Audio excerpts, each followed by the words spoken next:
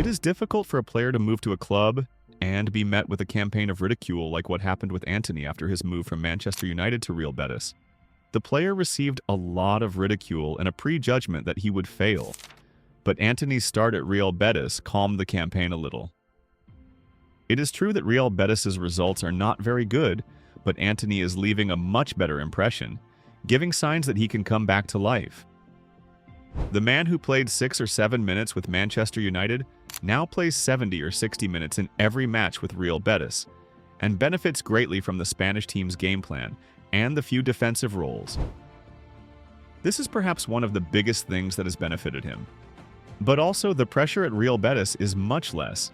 The media pressure is much less, and the public expectations are much lower. They are not asking for the league title or the Champions League. They want a player with whom they can live a good season. They are looking for stories with players they enjoy and not to be relegated. But this is not the only reason that made Antony quickly enter the team and try to give signs of life. The third reason, which is the most important in Real Betis currently, is a collection of dead players.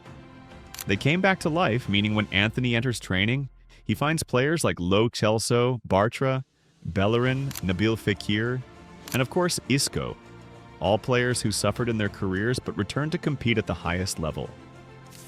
They all share the same thing: quality, high expectations, and then suffering in their careers either because they made a wrong move or suffered difficult injuries and could not regain their level. They are all at the same level. They do not have a single star, but rather they have the idea that each one of them wants to prove himself. At United, Antony was seen as less than them and that he was the cause of the problem. Now the view is different. We all want to prove that we are not the problem. This atmosphere helps a player like Antony psychologically, technically, physically, and athletically to try to return. What helps a lot is that he is still 24 years old, which means he has time to regain his career. When we know that he is now playing in Spain, where his positional thinking will develop, how he moves without the ball, and how he plays with a faster touch, it is expected that he will improve technically. With the continuation of playing more minutes than he played in United, this thing boosts his fitness and self-confidence. All these circumstances, from the revival factory to the idea that he plays without pressure, we can say that Antony is on his way to recovery. Do you think Antony will be able to return and play for big clubs and win major titles in the future?